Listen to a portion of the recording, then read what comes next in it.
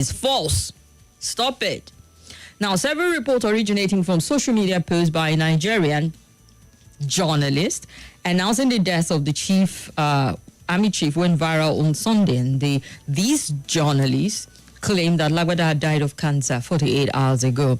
The post reads that the chief of army staff, Lieutenant General Tauri Lagwada died. Lagwada died in an undisclosed hospital overseas nearly 48 hours ago from stage 3 cancer, according to a senior government official. That the death of the chief of army staff has been kept secret because of intense lobbying by some generals who want to take the position, and even went ahead to state when Lagwaja died and when he was appointed chief of army staff. There were a lot of reactions to it. But, the Nigerian Army on X says it is fake news or fake news. So for those of you who ran to town with that particular story, just know that you have peddled fake news, and a very deliberate one at that.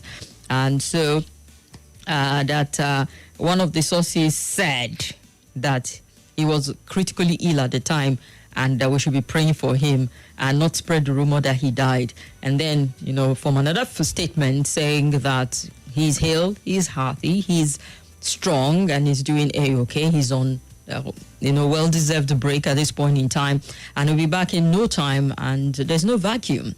Filling the position rightly and whatnot. So that's what it is. And, there's been also a kind of warning coming from the army for those who are either subtly or brazenly, openly calling for the military takeover. They have again,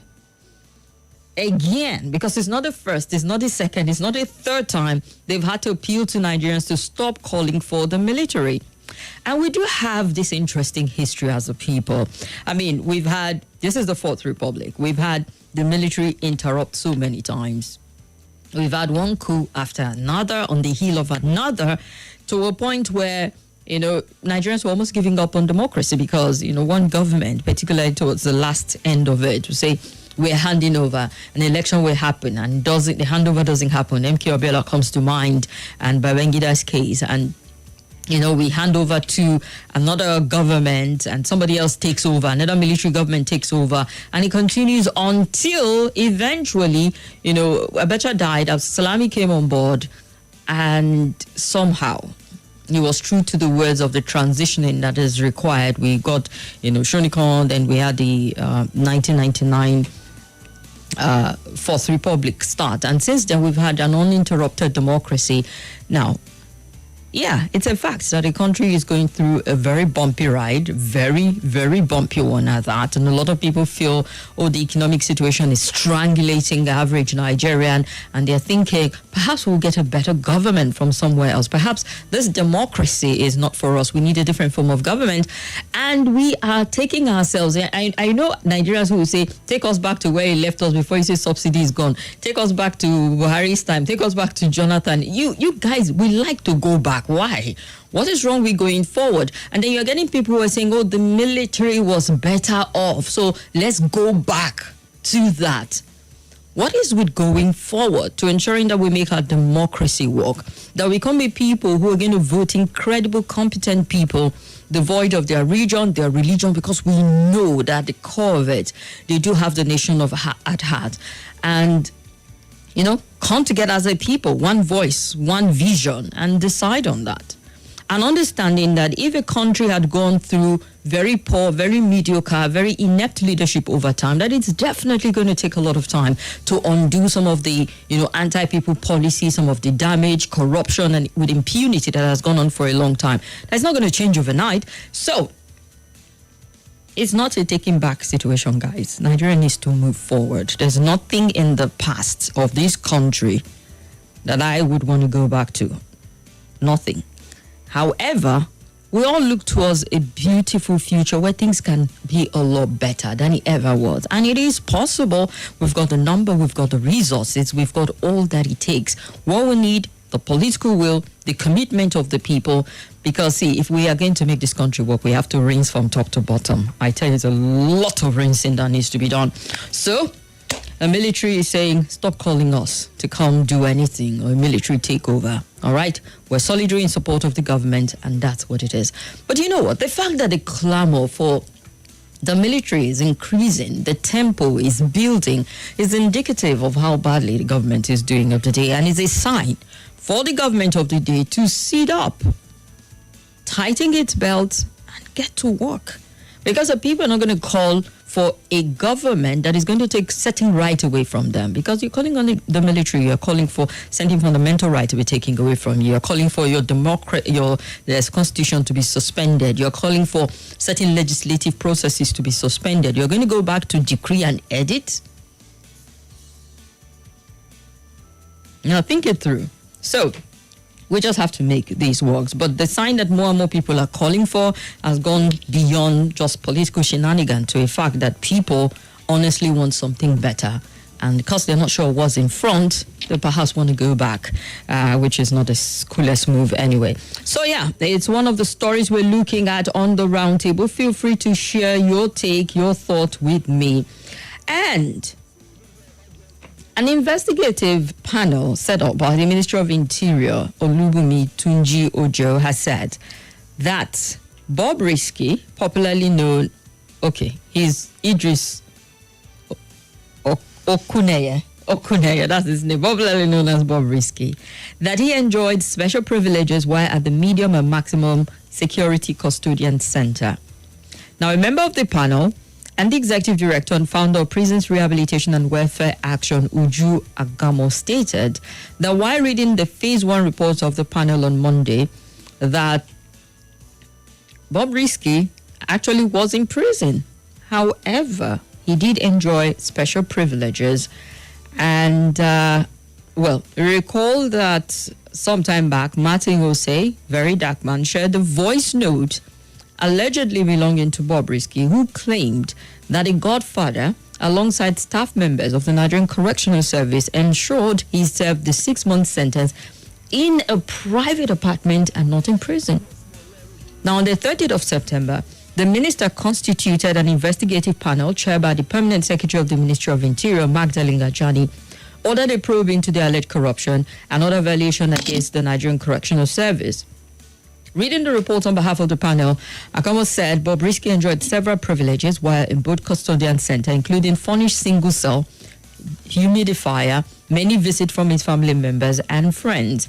And he said the panel also found that Bob Riski enjoyed, while he was in the medium and maximum security custodian center, which include what we mentioned, he was in a single cell, had humidifier, lots of visits by family members. He was self-feeding and designated inmate to run errands for him. He had access to free television and possible access to his telephone and all. But he was there. That's what their report is saying. The committee that was set up by the Minister of Interior to really establish the facts of what happened. Don't forget that the House of Representatives is also keen on this case. We know that a committee meeting was called in which a panel was set up. I beg your pardon. He was invited. He didn't show up, said he was not feeling well. Very dark man was there, which he vowed not to speak because Bob Riski was not there, but to speak through his lawyer. And they said, the group, were going to pay a visit to the Nigerian Correctional Service. They were also going to pay a visit to the EFCC over what truly transpired concerning Bob Riski's case. Now, going by the video, allegedly, Bob Riski said, I didn't stay in prison, I stayed in an apartment outside of prison. The panel set up by the Minister of Interior saying, he was in prison. However, he prisoned like a big boy. Now, we're waiting for the House of Representatives, what it is they're going to come up with. Perhaps it will be the third side of the story. But in all of it, a lot of Nigerians are taking side. Whose side of the story they believe? And so far, a lot of people are like, I'll stick with very dark man until we get more facts emerge. But a panel was set up. So are you telling me you do not believe the panel set up by the Minister of Interior? You think the panel is capable of, just coming up with random stories? Well, I wonder why there's so very little trust in things set up by the government to the point where people will say, I'd rather take an individual influence on social media who play the video and I recognize the voice over a panel that says he was in prison. However, he enjoyed several perks like a big boy with a good godfather. Avamo said Bob Riski transferred to a maximum security facility as a first offender violated Section 164A and Section 164B of the Nigerian Correctional Service. And that's also another curious part as to he's a first-time offender for mutilation of Naira because he wasn't convicted for money laundering, that he went and he was spraying money and he was sent to a maximum security facility where you have hardened criminals for spraying money. I can understand that, yes, deterrence and all of that to save people, because naturally it sends shivers down the spine of Nigeria, because I promise you, people don't spray money anymore. I went for a wedding and they had to bring everyone, please, don't put the money on the ground. Those of you with camera, you can see that the money is not touching the ground. Everyone is putting his or her acts together to ensure that they are not caught on or off camera spraying money on the floor. So yes, EFCC did a number on a lot of Nigerians, but there's still pockets of people who will still dare the system and do what they please because they know that they can get away with it. But to send him to a maximum security prison in the first instance, or to a medium eventually where he went to, is one that we should even be concerned about as to, the extent we can go. It tells you that it's just beyond the mutilation of the Naira slammed on him to something a lot more deeper.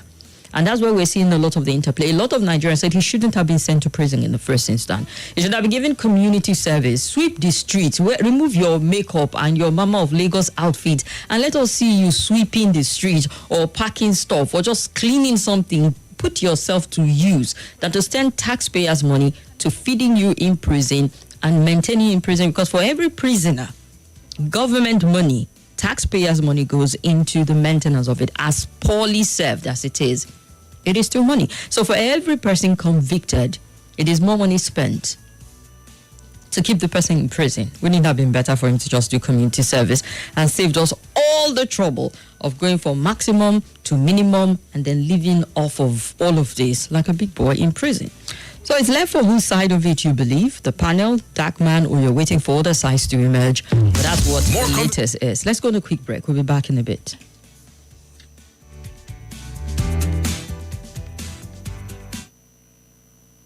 Without my consent. More conversation, more talk, more right after this. Get ready for the ultimate celebration. It's the Cool FM Independence Praise Jam, a night of uplifting worship and high praise. Join us on the 27th of October at the prestigious Grand Pella Hotel as we praise and honor God. Featuring an incredible lineup of gospel sensation like Victor Thompson, Prosper Chimana, Pastor Elijah Oyelade, K Strings, Moses Akko, E. Daniels, Samuel Folabi, Manus Apanke, Agogo Music, Festizi, Amos, I Made the Gong, Sally, Cheesy, Echo Clay, Godfrey God, Corral, Baron J, Clinton Flames, Dan Sachs, and DJ Ernesty. It's a night you...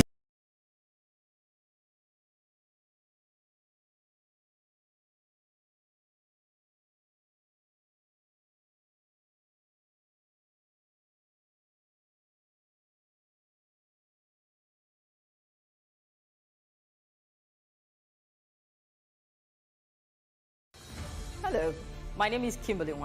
I'm the host of Hard Facts, and I bring you the biggest stories driving conversation every weekday here on 95.1 Nigeria Info Hard Fact Show. I love to get your opinion and conjectures, but the facts you cannot dispute here on Hard Facts.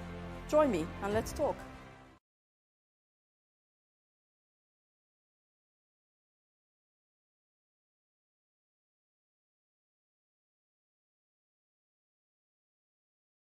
He's okay, he's healed and healthy, he's not dead, and also asked Nigerian to desist from calling for the military. Okay. Do not say military takeover or imply it or insinuate it in any form. They are not interested. They are solidly behind the government is what they are saying.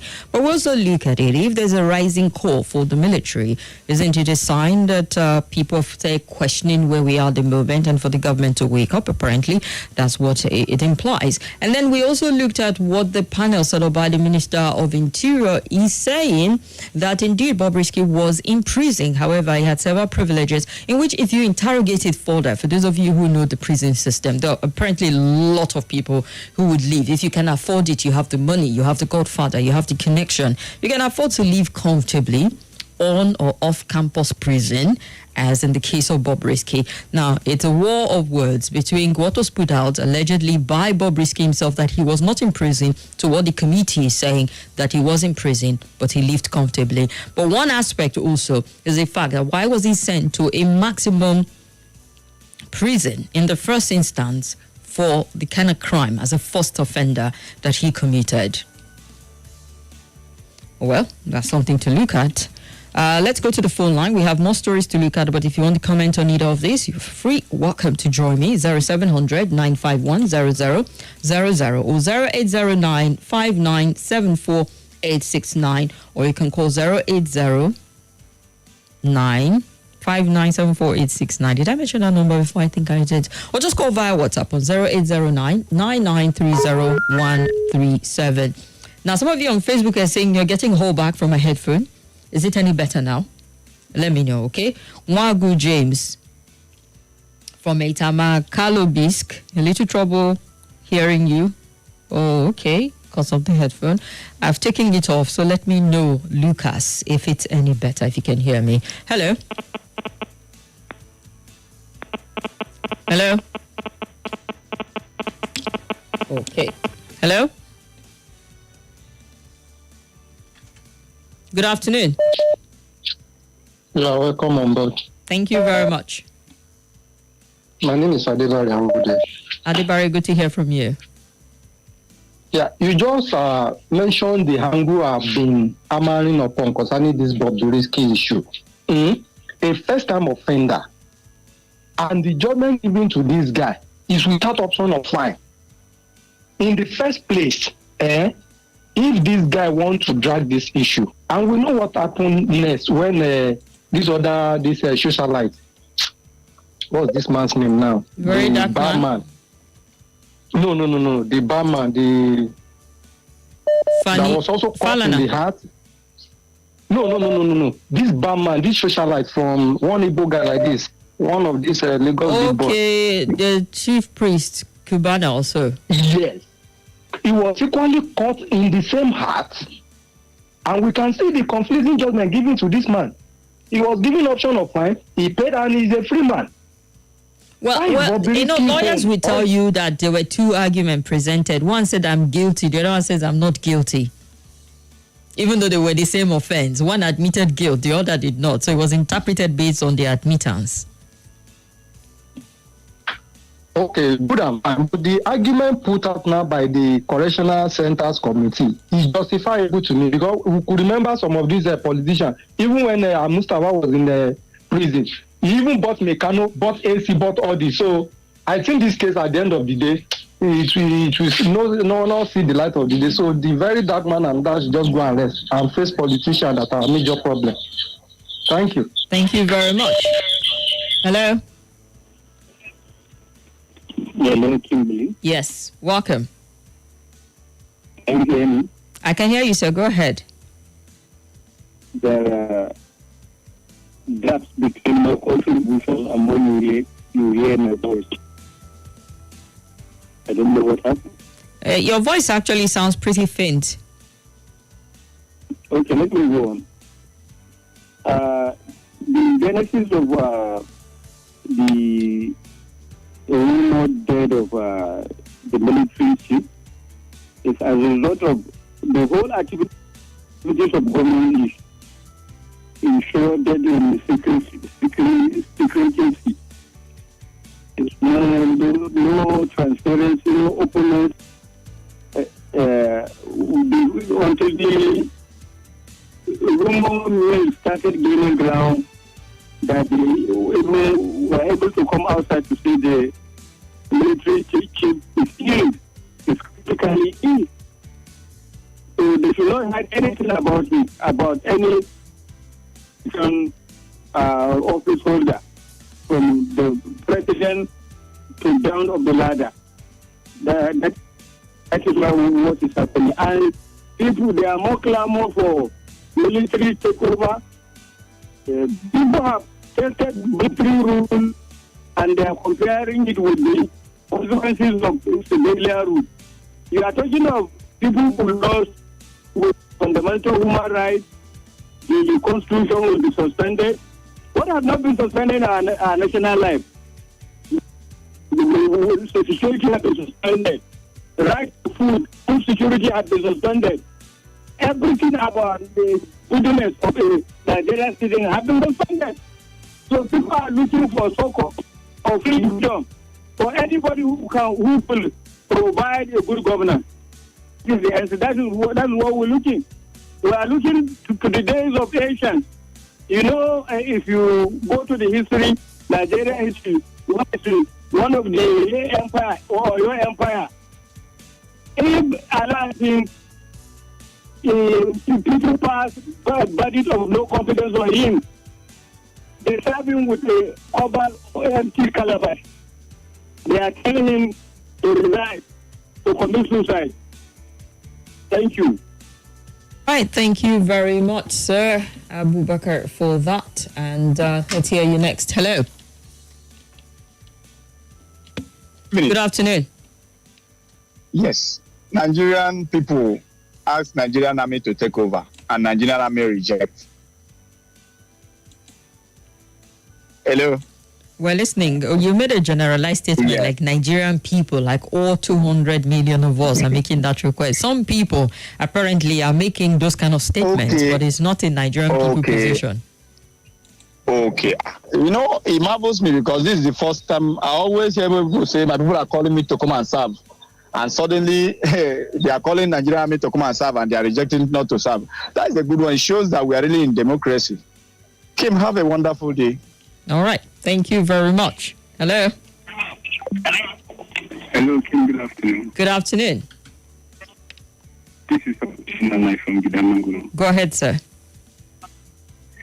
And Kim, you see this issue of chief of family staff. Kim, market from that Friday, the true picture will manifest. It's a picture of living in a country where are being shared in secrecy, like the other caller said. What actually happened is just that the army was like, why should you come and cry out to work for us? When we are in the right position to say, my dad is dead, no, alive. But we are watching Kimberly as the drama unfolds. Thank you, and may God bless Nigeria. Thank you very much. Still the roundtable looking at some of the trending story. Now, let's listen to what this senator has to say. Going front and back. Yesterday night, I had a lot of sleepless nights.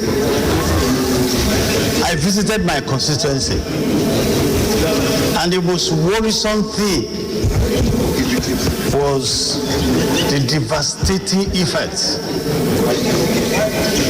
not only of trafficking in drug,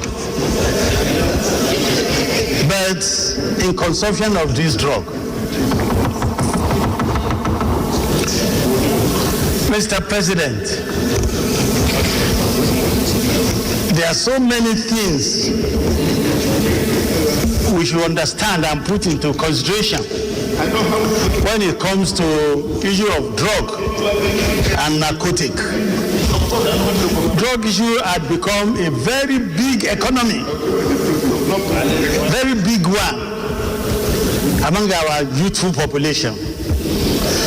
Drug issue had become a very, very serious problem to the extent that I have a terrible fear for our tomorrow as a nation.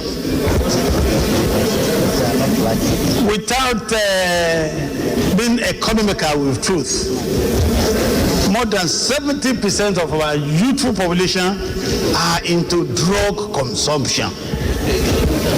And from my own little discussion in my constituency, I discovered that the issue goes beyond NDLEA. NDLEA had become so compromised, so ineffective, to the extent that leaving drug enforcement or drug education to NDLEA will never get where we are going to. Thank you, leader. Thank you. You made a point. Chief, you have 1 minute. Right, quite interesting. They talked about the inefficiency of the NDLEA. I don't know how you process this, but the NDLEA has been one of those bodies, government that is, that you just feel kind of like standing out for the right reason at this point in time, their fight against drugs and all of that. So a bit of a surprise to call them out for inefficiency. However, here's what the NDLEA is saying. The National Drug Law Enforcement Agency says the recent attack on it by Senator Oyelola Yisa Ashiru, APC Kwara South, was born out of vendetta rather than, them being very correct about that. The chairman of the agency, Brigadier General Mohammed Buba Marwa, said this at a media briefing today. He said the senator's house in Ilorin, Kwara State was raided and consignment of drugs recovered. Marwa, represented by Mr. Femi Babafemi, Director of Media and Advocacy of the agency, also said 3 of Ashiru's aides were arrested, prosecuted and sentenced, including one sent to jail in June this year. And Babafemi berated the senator for his comment that the National Drug Law Enforcement Agency is corrupt and compromised. Now, it is reported that at the Senate plenary last week, Ashiru had said NDLEA is the most corrupt and compromised government agency in Nigeria. He heard from the horse's mouth. He said this while contributing to the debate on the bill for an act to establish National Institute for Drug Awareness and Rehabilitation, claiming that NDLEA has failed in its mandate woefully, thereby giving credence to creation of another drug-related agency. He said the failure of NDLEA has resulted in the high rate of drug trafficking ongoing in the country, and NDLEA is corrupt and compromised heads. I support the creation of National Institute for Drug Awareness and Rehabilitation. The NDLEA, however, said the senator's comments were uncomplimentary, unfounded, and defamatory. And they had so much to say at that point in time, that acknowledging the great work of the Senate towards the upliftment of Nigeria and Nigerians, especially the support for the ongoing concerted effort towards the amendment of the NDLEA Act. The agency, however, said it is duty-bound to respond to the unprovoked attack against it by Senator Ashiru, during his contribution to the debate on a new bill for an act to establish the National Institute for Drug Awareness and Rehabilitation on Tuesday, 15th October 2024. Babafemi said that the NDLEA waited for a whole week, hoping the lawmaker will clarify his position on such a weighty allegation against it, but failing to do that, it is left with no option than to come out and set the record straight for the benefit of other distinguished members of the Senate, its local and international partners, as well as you and I, the general public. The personal house of the Senator Ashiru in GRA Ilorin, the capital of Kwara State, has been raided in recent past, where drugs and illicit substances were recovered, while 2 of his aides, Ibrahim Mohammed and Mohammed Yahya, were arrested. Now, based on credible intelligence and surveillance, which confirmed that the senator's house was being used as a drug joint for drug dealers and users, the house was raided by an operative by 1:30 p.m. on February 4, 2024, during which the 2 aides were arrested, while a 3rd suspect escaped arrest. In another encounter with the senator, the agency also received intelligence that some of his boys, popularly known as Omo Senator, operating from his hometown Offa, were equally dealing in illicit drug. A raid was subsequently carried out in their joint in Offa, where one of them, Oluwatosin Odekpidon, was arrested, and illicit drugs such as meth and cannabis recovered from him on the 11th of June 2023. The bid to get the agency dropped the case against him, including a visit to Kwara State Command, headquarters of the agency in Ilorin, by the personal assistant to the senator, One Omoluabi, was refuted as Odekpidon was promptly charged to court and prosecuted. Though the culprit jumped bail in 2023, he was rearrested in 2024 after the court issued a bench warrant for his arrest. He was eventually convicted and sentenced in June 2024. So going by this backstory, it is deductible that his encounter that the agency has had with the senator must have been responsible for his outburst, and unfortunately false allegation. The type that nobody within and outside of government has ever labeled against NDLEA before, he said. And the agency said despite the impression that Senator Ashiri was trying to create about its image, the NDLEA has continued to receive accolade from local and international bodies for its success in the fight against substance abuse and illicit drug trafficking. A strong case of dragging each other out in the open. So they did some arrest of certain people in a certain senator's house, and for some glorious reason, it wasn't made heavily public like, some of the raids that we've seen. Drugs found at the airport, raid on certain apartment, airport, the Gestapo style with the NDLEA has been operating over time that we've applauded them for and commended them strongly. And you think that, why was this one extremely quiet? I mean, is there something was raided in a home that belongs to a sitting senator? That is big headline. Or perhaps they were being careful because the person involved is not one you just want to run to town with a story until you establish for sure that the man is directly tied to this drug peddling business and not just his aides or people working for him who reside in one of his many apartments and using that to do their business. Are they users or are they dealers? Or are they peddling big time? Do we have a mini drug peddling factory going on right under the senator's nose? It'd be nice to know what we're dealing with here so that we don't get too emotionally attached to this story. And secondly, the senator himself, the most incompetent. And I'm saying, hold up, is it the same NDLEA of recent time that we have thought, oh boy, this agency is living up to its name and up to its mandate? And there was just something a bit off about it, like those strong words of incompetence and all of that. But I'm saying perhaps the senator knows something that we do not, beyond the headlines and the fancy catch and all of the finding and discovery done by the NDLEA. Is there something big behind the scene that they are keeping away from us that the senator is privy to, and that's what he's talking about? We'll never know, because the senator said what he said, and the NDLEA, pieced by that, apparently is saying something else. Just like we get a panel saying, this man was in prison, but he lived in comfort, while the voice of the man who was in prison allegedly was heard saying, I was not in prison. So with Nigeria, there's a lot of sides to the story. Let's get this caller. Hello. Good afternoon. Oh. Yes, you're welcome. So I'm watching you, and there's a beautiful sister sitting next to you, putting on black cap and white. Who is she? Introduce me to her. Make I know her name now. Good afternoon. My name is Alima. Good afternoon. I'm an intern. You are welcome to Miss Kim. Welcome. Smile now. My name is Mrs. Obeza. See, if they call my AKA, you understand. So, Auntie Kim, I don't know what we want in this country. The fact of the matter is the judge will use evidence to sentence the person she or he wants to sentence. And the same case, the evidence provided will determine if the judge will give another judgment. That is that. So let's go to Bobby's issue. They ask him, are you a man or a woman? I say, I'm a man. Okay. They sentenced him without the drama they took him.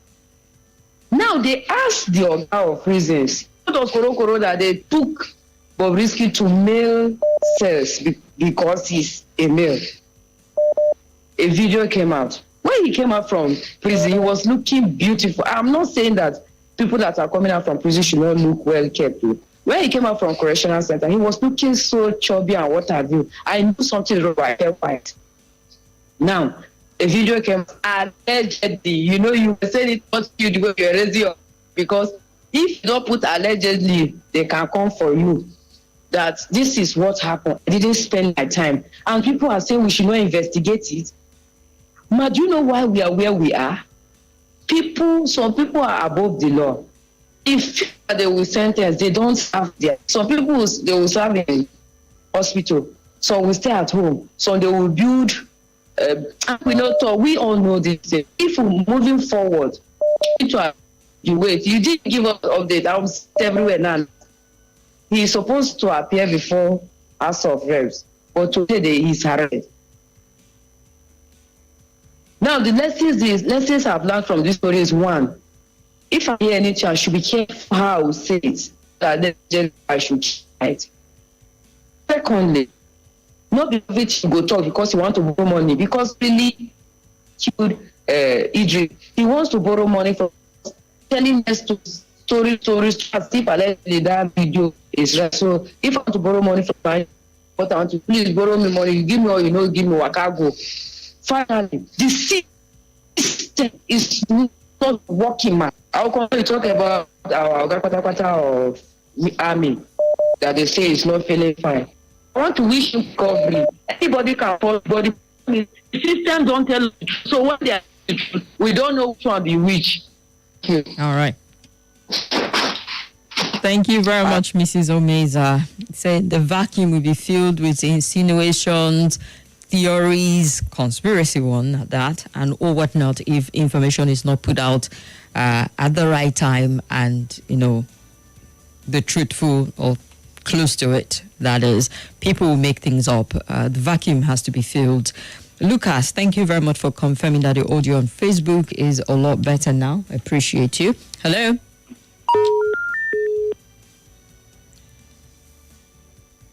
Hello? Hello, Kim. Good afternoon. Good afternoon. Yeah, my name is Denver. From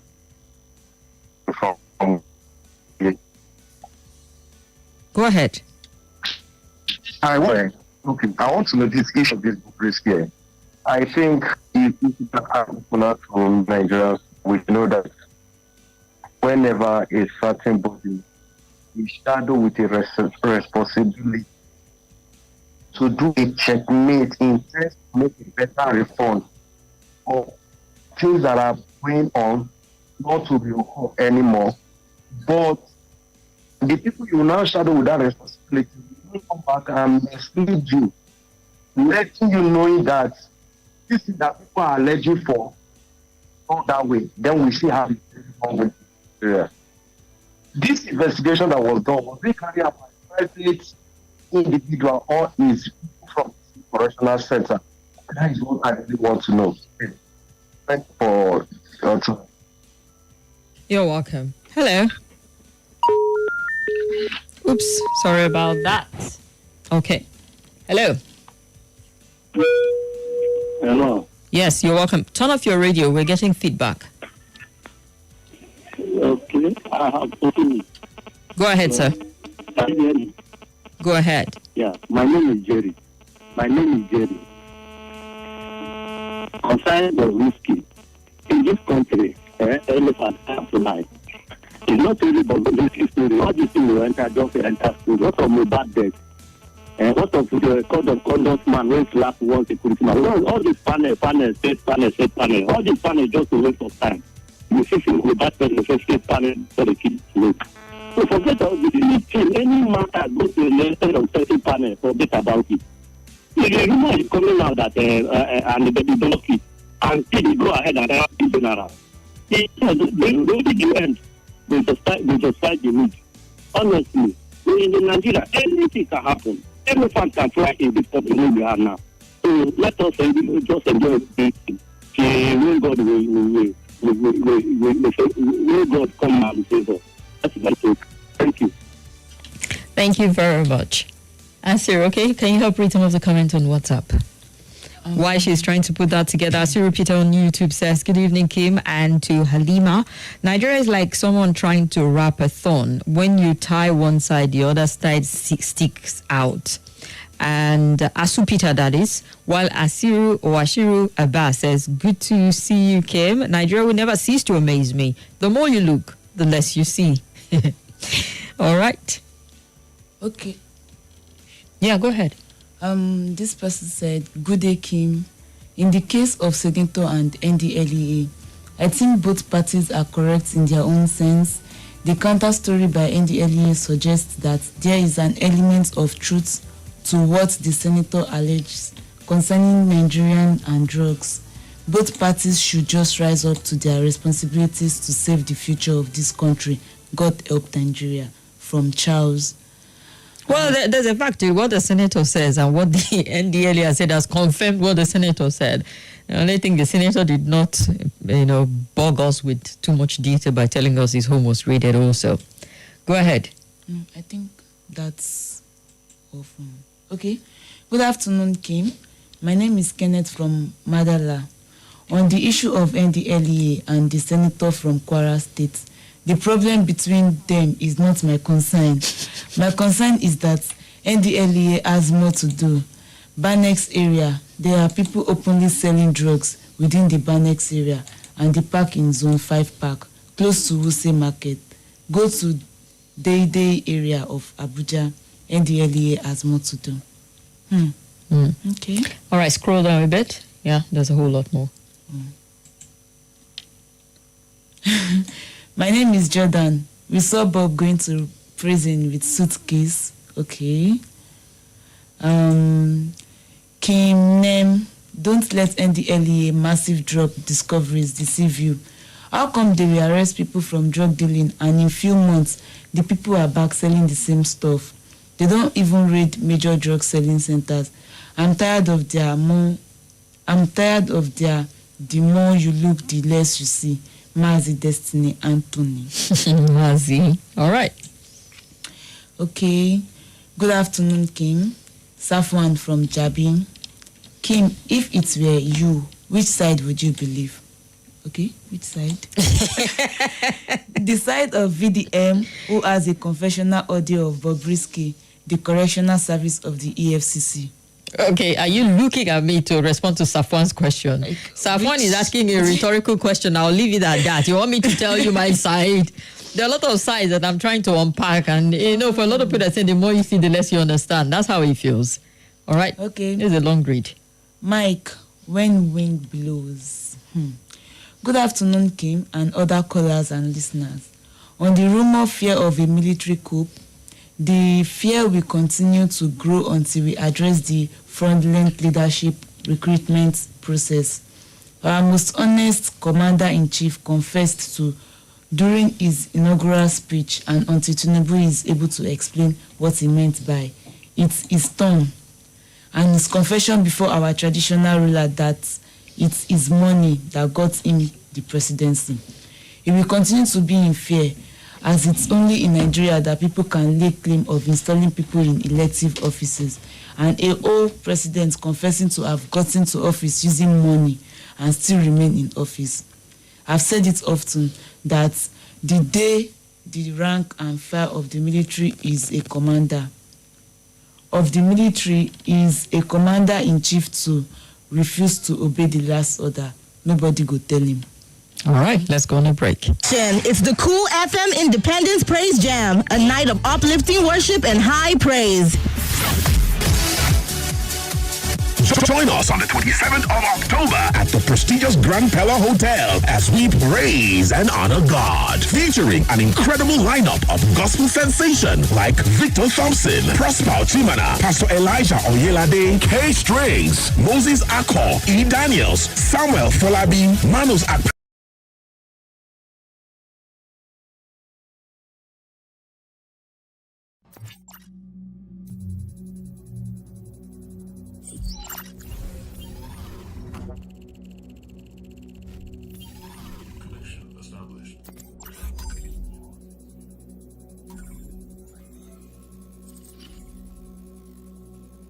This is